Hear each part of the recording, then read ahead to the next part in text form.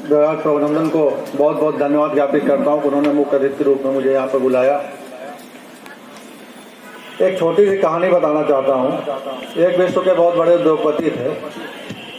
उनसे किसी ने सवाल पूछा कि आपकी सफलता का राज क्या है, कैसे आप सफल हो गए। उस सवाल के जवाब में उन्होंने एक छोटा सवाल पूछा पत्रकार से कि आप बताइए, अगर आपको एक कार दे दिया 18 साल की उम्र में और कहा जाए कि इसके बाद आपको कोई दूसरी कार नहीं मिलेगी, पूरे जीवन भर आपको इसी कार चल रहा, तो आप क्या करेंगे? पत्रकार ने कहा कि मैं उसकी अच्छे से देखभाल करूंगा, अच्छे से उसको संभाल के रखूंगा, ऐसे उसका इस्तेमाल करूंगा जिससे कि कभी वो खराब ना हो, पूरे हमारे जीवन भर वो चलती रहे। उस उद्योगपति ने कहा कि वो कार हमारा शरीर है।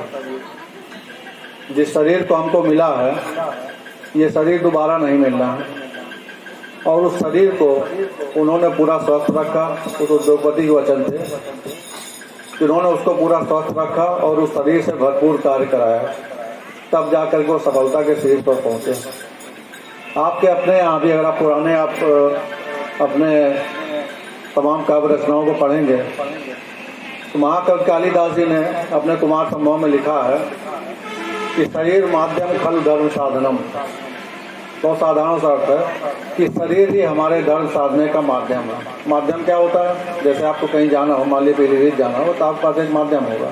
माध्यम होगा, किसी के पास बस होगा, कोई साइकिल जाए, कोई स्कूटी जाए, कोई ट्रक में बैठ के जाएगा, अलग अलग माध्यम है। उसी प्रकार से अपने धर्म को साधने का जो माध्यम है वो आपका शरीर है।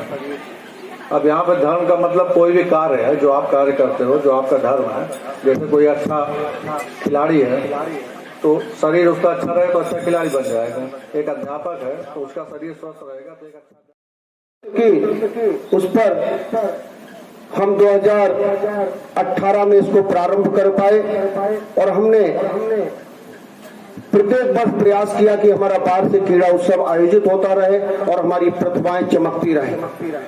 हम जिन बच्चों पर कभी हमने सोचा भी नहीं था कि वो इस तरह से ऊंची कूद, लंबी कूद और दौड़ में इस तरह से प्रतिभा करते हुए अपनी प्रतिभाओं को निखारेंगे, उससे ये मन प्रवृत्त हुआ कि क्यों ना हम विश्वविद्यालय स्तर पर प्रतिभागियों को भेजकर विश्वविद्यालय स्तर पर भी महाविद्यालय का नाम रोशन करें और इन बच्चों की प्रतिभाओं को निखारने का काम करें।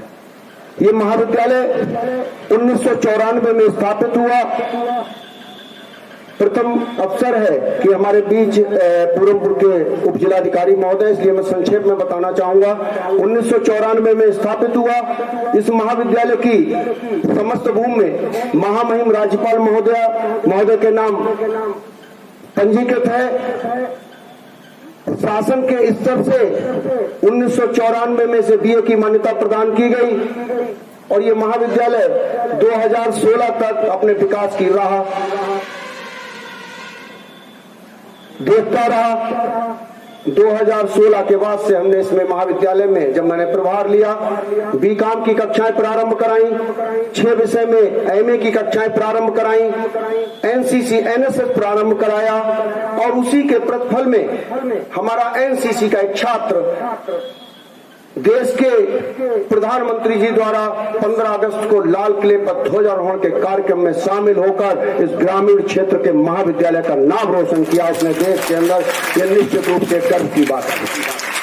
अभी जिस तरह से जिलाधिकारी महोदय ने कहा कि हम अंतर्राष्ट्रीय स्तर पर अपनी प्रतिभाओं को निखार सकते हैं, मैं आपके संज्ञान में ला दूं, ये ग्रामीण क्षेत्र का प्रवेश का महाविद्यालय अंतर्राष्ट्रीय स्तर पर 10 बच्चे शोध के क्षेत्र में चयनित होकर राष्ट्रीय स्तर पर गन्ना कृषक महाविद्यालय का मान इन्हीं ग्रामीण क्षेत्रों के बच्चों द्वारा बढ़ाया गया। उसके लिए निश्चित रूप से क्षेत्र के जो गन्ना किसान हैं, जिन्होंने जिस उद्देश्य से इस महाविद्यालय की स्थापना की थी, वो धन्य हो गए थे और हम राष्ट्रीय स्तर पर भी गन्ना कृषक महाविद्यालय को पहचान दिलाने में सफल रहे हैं।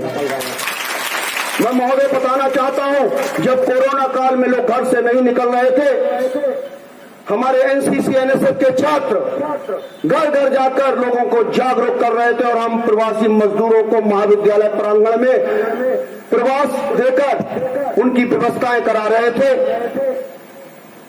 भारत सरकार शिक्षा मंत्रालय द्वारा हमें सम्मानित किया गया। निश्चित रूप से इसके लिए पूरनपुर के लिए गौरव की बात थी।